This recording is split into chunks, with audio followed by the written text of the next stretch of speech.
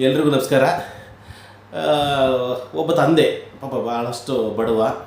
ಅವನು ಇರ್ತಕ್ಕಂಥ ಒಬ್ಬನೇ ಮಗ. ಆ ಮಗನನ್ನು ಸಂತೋಷ ಪಡಬೇಕು. ಭಾಳ ಬಡವ ಅವನು. ಎಷ್ಟು ಬಡವ ಅಂತಂದರೆ ಅವ್ರಿಗೆ ಪ್ರತಿದಿನ ಊಟಕ್ಕೆ ಅಷ್ಟು ತೊಂದರೆ. ಅಂತಹ ತೊಂದರೆಯಲ್ಲಿ ಆ ಮಗನನ್ನು ಸಂತೋಷ ಪಡಬೇಕು ಅಂತಂದು ಜಾತ್ರೆಗೆ ಕರ್ಕೊಂಡು ಹೋಗ್ತಾನೆ. ಆ ಜಾತ್ರೆಯಲ್ಲಿ ಸಾಕಷ್ಟುದಾಗಿರ್ತಕ್ಕಂಥ ಆಟಿಕೆಗಳು, ಆಟದ ವಸ್ತುಗಳು ಕಾಣ್ತಾನೆ ಮಗು. ಆ ಮಗು ನೋಡಿದಾಗ ಆ ಒಂದು ಸಂದರ್ಭದಲ್ಲಿ ಏನಾಗುತ್ತೆ ಅಂತಂದಾಗ ಮಗ ಕೇಳ್ತಾನೆ, ಅಪ್ಪ ನಾನು ಜೋಕಾಲಿ ಆಡ್ತೀನಿ. ಇಲ್ಲಪ್ಪ ನನ್ನ ಹತ್ರ ದುಡ್ಡಿಲ್ಲ ಅಂತ ಹೇಳ್ತಾನೆ. ಅದೇ ರೀತಿಯಾಗಿ ಅಪ್ಪ ನನಗೆ ಈ ಆಟಿಕೆ ಕೊಡಿಸು ಅಂತಂದಾಗ ನನಗೆ ದುಡ್ಡಿಲ್ಲ ಅಂತ ಹೇಳ್ತಾನೆ ಅಪ್ಪ. ಅದೇ ರೀತಿಯಾಗಿ ಸ್ವಲ್ಪ ಮುಂದೆ ಹೋಗ್ತಾನೆ, ಅಪ್ಪ ನನಗೆ ಈ ಒಂದು ಬೇರೆ ಯಾವುದೋ ಆಟ ಸಾಮಾನು ಬೇಕು ಅಂತಾನೆ. ಇಲ್ಲಪ್ಪ ನನ್ನ ಹತ್ರ ದುಡ್ಡಿಲ್ಲ. ನಂತರ ಸ್ವಲ್ಪ ಮುಂದಕ್ಕೆ ಹೋಗ್ತಾನೆ, ನನಗೆ ಸ್ವೀಟ್ ಬೇಕು ಅಂತಾನೆ. ನನ್ನ ಹತ್ರ ದುಡ್ಡಿಲ್ಲ ಅಂತ ಹೇಳ್ತಾನೆ.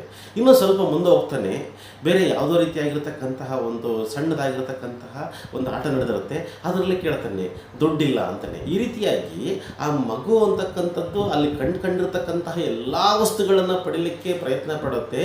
ಆದರೆ ತಂದೆಯ ಒಂದೇ ಉತ್ತರ ಸತ್ಯನಾಗಿರುತ್ತೆ. ಏನು ಅಂತಂದರೆ ಅವನ ಹತ್ರ ದುಡ್ಡಿರಲ್ಲ, ಈ ರೀತಿ ದುಡ್ಡಿಲ್ಲ ಅಂತ ಹೇಳ್ತಿರ್ತಾನೆ. ಈ ರೀತಿಯಾಗಿ ಹೋಗ್ತಿರ್ಬೇಕು ಅಂತಂದಾಗ ಆ ದೊಡ್ಡದಾಗಿರ್ತಕ್ಕಂಥ ಜಾತ್ರೆ, ಆ ಜಾತ್ರೆಯ ಆ ಗದ್ದಲ ಏನಾಗುತ್ತೆ ಅಂತಂದಾಗ ಆಕಸ್ಮಿಕವಾಗಿ ಏನಾಗುತ್ತೆ ಅಂತಂದರೆ ಆ ಮಗು ಅಂತಕ್ಕಂಥವನು ತಂದೆಯಿಂದ ಬೇರಾಗ್ತಾನೆ. ತಂದೆಯಿಂದ ಬೇರಾದಾಗ ಆ ಸಂದರ್ಭದಲ್ಲಿ ಏನು ಮಾಡುತ್ತೆ ಅಂತಂದಾಗ ಆ ಮಗು ಅಂತಕ್ಕಂಥ ತಂದೆ ಹುಡುಕಾಡ್ತಾನೆ, ಸಿಗಲ್ಲ. ಮಗು ಒಂದು ಕಡೆ ಆಗ್ತಾನೆ, ತಂದೆ ಒಂದು ಕಡೆ ಆಗ್ತಾನೆ. ಆ ಸಂದರ್ಭದಲ್ಲಿ ಆ ಮಗು ಅಂತಕ್ಕಂಥ ಜೋರಾಗಿ ಅಳ್ತಿರ್ತಾನೆ, ಅಪ್ಪ ಬೇಕು ಅಪ್ಪ ಬೇಕು ಅಪ್ಪ ಬೇಕು ಅಂತ ಅಳ್ತಿರ್ತಾನೆ.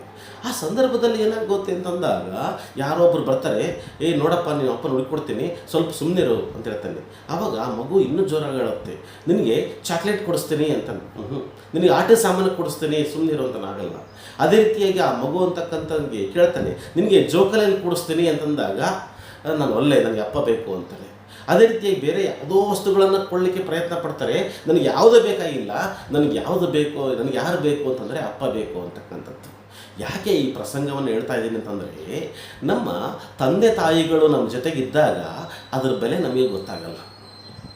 ತಂದೆಯನ್ನು ಇದ್ದಾಗ ಎಷ್ಟೋ ಜನ ವ್ಯಕ್ತಿಗಳು ಬಾಲ್ಯದಲ್ಲಾಗಿರ್ಬೋದು ಅಥವಾ ಎಷ್ಟೋ ಜನ ಯುವಕರು ತಂದೆಯನ್ನು ಸಾಕಷ್ಟು ರೀತಿಯಾಗಿರ್ತಕ್ಕಂಥ ಪೀಡಿಸ್ತಾರೆ.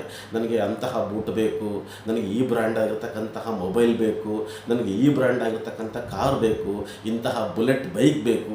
ಈ ರೀತಿಯಾಗಿ ತಂದೆಯನ್ನು ವಿಪರೀತವಾಗಿ ಕಾಡಿಸ್ತಾರೆ. ಆದರೆ ತಂದೆಯ ಒಂದು ಆರ್ಥಿಕ ಸ್ಥಿತಿಯನ್ನು ಅರ್ಥ ಮಾಡ್ಕೋಬೇಕಾಗಿದೆ ಇವತ್ತು. ಈ ರೀತಿಯಾಗಿರ್ತಕ್ಕಂತಹ ತಂದೆಯನ್ನು ಪೀಡಿಸ್ತಾರೆ. ಯಾವಾಗ ಕೆಲವು ಸಂದರ್ಭಗಳಲ್ಲಿ ವ್ಯಕ್ತಿ ಕೆಲವು ಸಂದರ್ಭಗಳಲ್ಲಿ ತಂದೆನೇ ಹೊರಟೋದಾಗ ತಂದೆಯ ನಿಜವಾದ ಬೆಲೆ ಅಂತಕ್ಕಂಥದ್ದು ನಮ್ಗೆ ಅರ್ಥ ಆಗುತ್ತೆ.